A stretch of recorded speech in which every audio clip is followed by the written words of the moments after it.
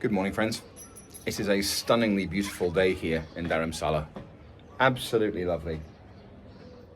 We've had a fairly lazy morning, although it's only just gone 9 o'clock. And today we're going to cram quite a little bit in, as much as we can, because it's Sunday and I'm working tomorrow. We're going to the temple that is the home of the Dalai Lama himself.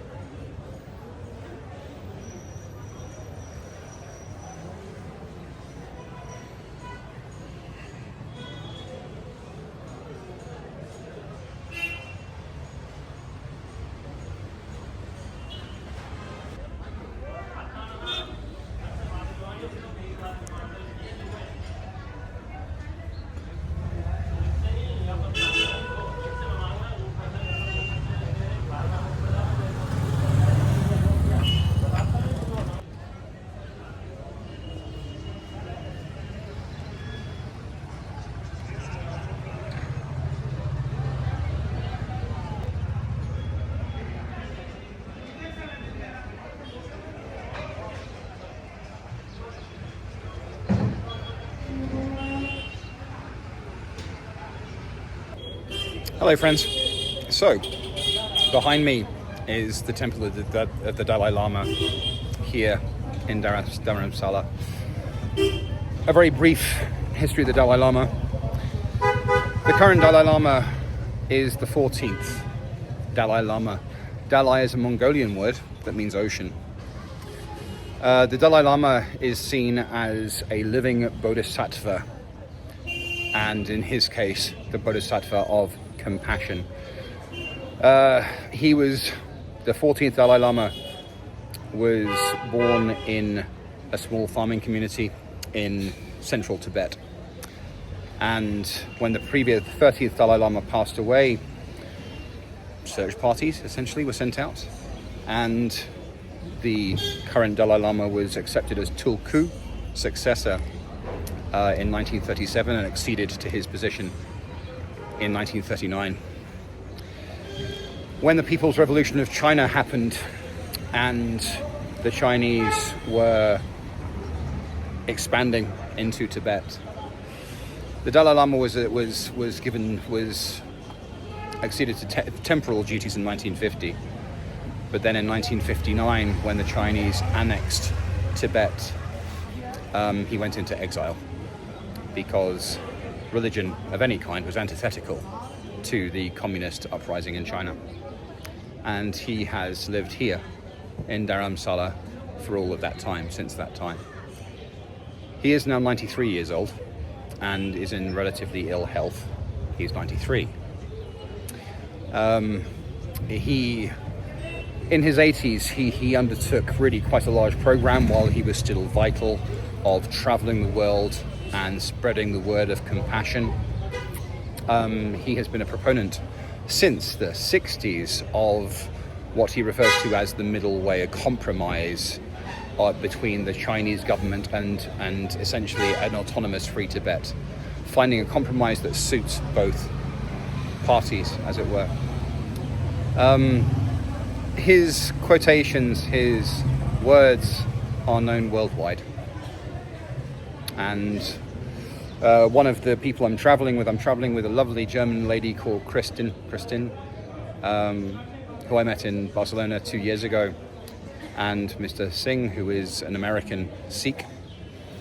And Mr. Singh did see the Dalai Lama speak in 2019. Just down the road, there's quite a large complex down the road, which is his residence, and a very large complex where monks from all over the world came, and that was one of the last times that he had a major address publicly. So, best wishes to His Holiness for his continued health. Oh yes, one additional point about His Holiness. One of the names by which he is referred is Kundun, which means the presence. I like that. Get in there, go right, head on.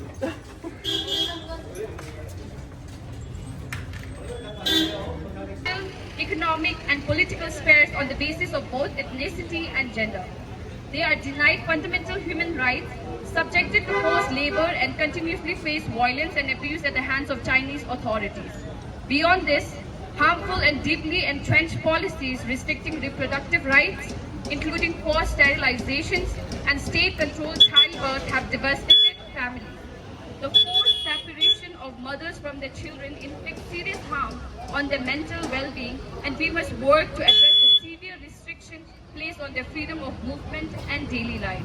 The Chinese Communist government has a long history of subjecting Tibetan women inside Tibet to various forms of oppressions and hardships. Tibetan women's lives are deeply shaped by China's dominance over Tibet. Many are driven into harsh, low-paying labor and denied a voice in public life, leaving them economically fragile and at constant risk of having their most basic rights stripped away. Tibetan women inside Tibet are unable to freely observe or celebrate International Women's Day, nor to freely pursue their struggles for equality and justice. So behind me there in the video you just saw, I invite you, if you want to Google the Tibetan Women's Association and the work that they do. It's important stuff. Yep.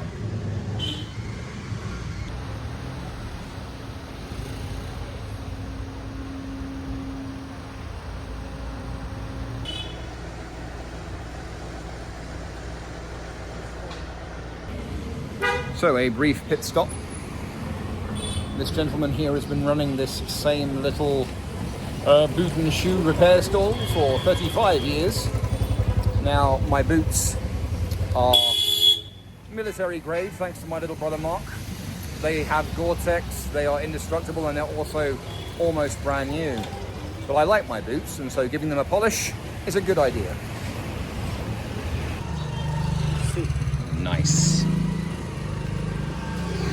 That is what I'm talking about.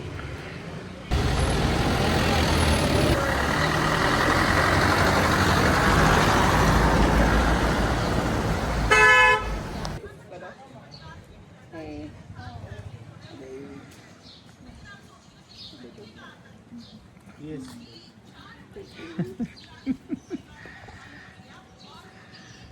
So the wonderful Christine has grudgingly agreed to have her boots repaired and polished. They look amazing. She's so happy. While the monkeys are on the hunt, I just looked out of my window and saw this table, which had half a melon and an orange on it. And there was a monkey staring at me through the window, just like, yeah, gonna take your food now. Cheeky motherfucker. That's a different monkey, that's not the same one, they're just on the hunt. Wandering the balconies and nicking stuff.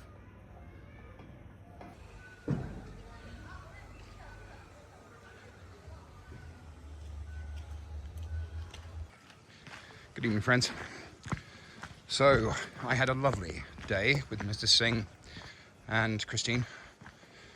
We went to, as you saw, the Dalai Lama's temple. We went for quite a long walk around and hopped off. Had 2 pairs of boots polished and fixed. Had a lovely time in a rooftop restaurant bar, and it was quite the novelty having 2 bottles of ice cold beer in a glass, as it were. So in an actual bar, instead of just buying it from a shop. And right now, sorry for the dual capture, I'm kind of watching where I'm stepping. I'm going down to a Buddhist temple and stupa for sunset, and I am doing a long, steep walk downhill that I'm going to pay for on the way back. I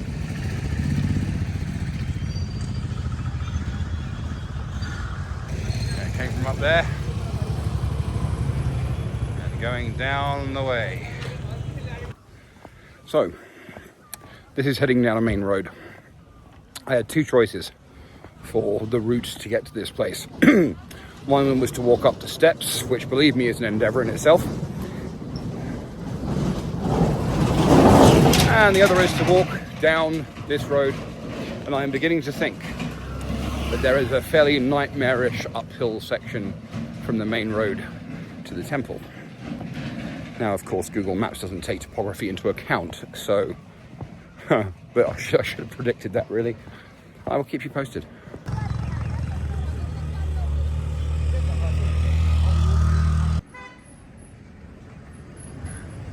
Oh boy. Right. Sketchy wasn't the word. That is what I just climbed up. Fuck me. But this is my last evening here, because we're leaving at 6 p.m. tomorrow. I still have a bit of a ways to go, but it's all good.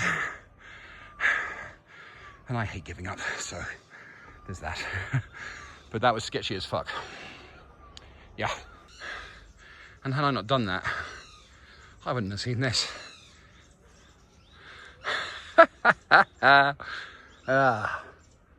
Okay, let's get it done, Jeff. I don't know when the last time anyone was stupid / cool / stubborn enough to do that climb, but that was very serious. Anyway, back on the kind of road now.